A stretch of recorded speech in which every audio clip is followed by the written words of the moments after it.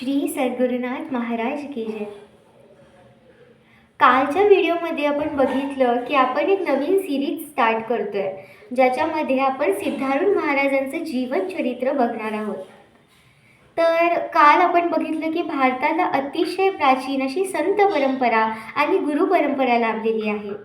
भारतामध्ये अनेक संत जसे कबीर, ज्ञानेश्वर, नामदेव, रामदास असे अनेक संत होऊन गेले। तसेच स्त्री संतांमध्ये जनाबाई, मुक्ताबाई, मीराबाई अशा अनेक स्त्री संत होऊन गेल्या।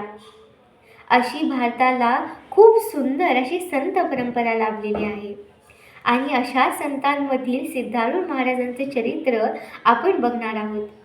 तर आपण सिद्धारूढ महाराजांचं चरित्र का सुरुवातीला बघत आहोत, याच्या मागचं कारण आज आपण जाणून घेणार आहोत। गुरुर्ब्रह्मा गुरुर्विष्णू गुरुर्देव महेश्वरा, गुरु साक्षात परब्रह्म तस्मै श्री गुरवे नमः। मनुष्य जन्माला आल्यावर गुरूंशिवाय आयुष्यात पर्याय नाही। गुरूंशिवाय काहीही शक्य नाही। गुरूंना अतिशय अनन्य साधारण असं महत्त्व आहे। आपल्याला माहीतच आहे की रामावतारांमध्ये राम वशिष्ठांना शरण गेला आणि कृष्ण सांदीपनींना शरण गेला। अशा प्रकारे देवांना देखील गुरूं करावे लागल्याने गुरूंना अनन्य शरण जावं लागलं। असं गुरूंना महत्त्व आहे। म्हणून मी ज्यांना गुरु मानते त्या कलावती आई आणि माझ्या गुरूंचे गुरु म्हणजे श्री सिद्धारूढ महाराज।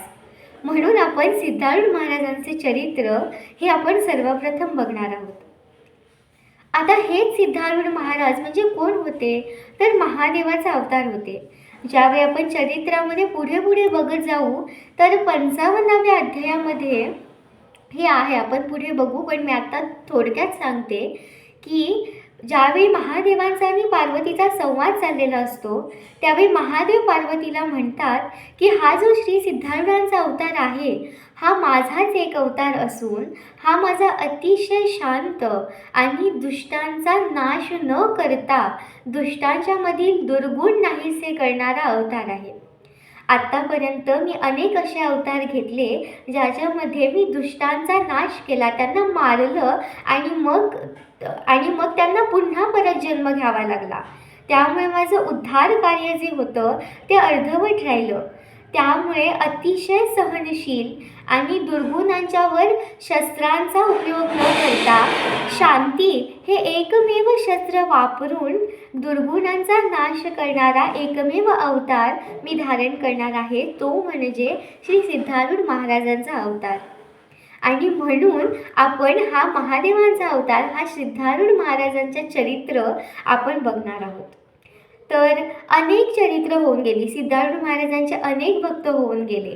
अनेक भक्तांनी सिद्धारूढ महाराजांच्याबद्दल वेगवेगळे ग्रंथ केले, कविता रूपाने त्यांची चरित्र लिहिली, ज्याच्यामध्ये पंचीकरण, सिद्धारूढ विजय असे अनेक चरित्र होऊन गेले।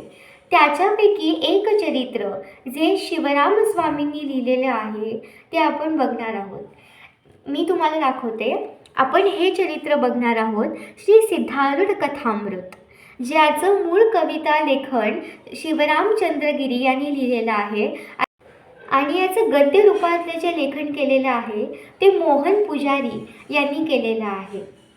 आणि मी हे चरित्र वाचलेलं आहे आणि मला असं वाटतं की सगळ्यांना सिद्धारूढ महाराजांच्याबद्दल माहिती मिळावी आणि सगळ्यांना कळावं की कोणत्या प्रकारे त्यांनी लोकांचा उद्धार केला, त्यांनी किती त्यांच्या आयुष्यामध्ये कष्ट सोचले, गुरु मिळण्यापासून ते भक्तांना बोध करण्यापासून भक्तांचा उद्धार करण्यापर्यंत त्यांना किती कष्ट सोसावे लागले, हे सगळं या चरित्रामध्ये आहे। त्यांच्या जन्मापासून ते पूर्ण उद्धार कार्य पर्यंत सगळा याच्यामध्ये इतिहास आहे। आणि हा इतिहास फक्त वाचल्यानेच नाही तर ऐकल्याने, केवळ आपल्या कानावरून जरी गेलं तरी आपला सिद्धारूढ महाराज उद्धार करतील। म्हणून मी हे चरित्रची सिरीजची सुरुवात करत आहे आणि आपण उद्यापासून प्रस्तावना सुरू करणार आहोत आणि मग तिथून पुढे आपण प्रत्येक अध्यायातला छोटा छोटा पार्ट घेऊन त्यांना काय म्हणायचं आहे, कसं कसं त्यांनी उद्धार केला, हे सगळं आपण पहिल्या अध्यायापासून बघणार आहोत। तर असा होता आजचा व्हिडिओ. आजच्या व्हिडिओमध्ये आपण बघितलं की आपण सिद्धारूढ महाराजांचंच चरित्र सर्वप्रथम का घेतलं आणि आपण चालू करणार आहोत. चॅनलला नक्की सबस्क्राईब करा. सिद्धारूढ महाराजांची कृपा आणि सद्गुरुनाथांची कृपा तुमच्या सर्वांच्यावर सदैव राहू दे अशी प्रार्थना करते आणि व्हिडिओ इथेच थांबवते. Thank you so much.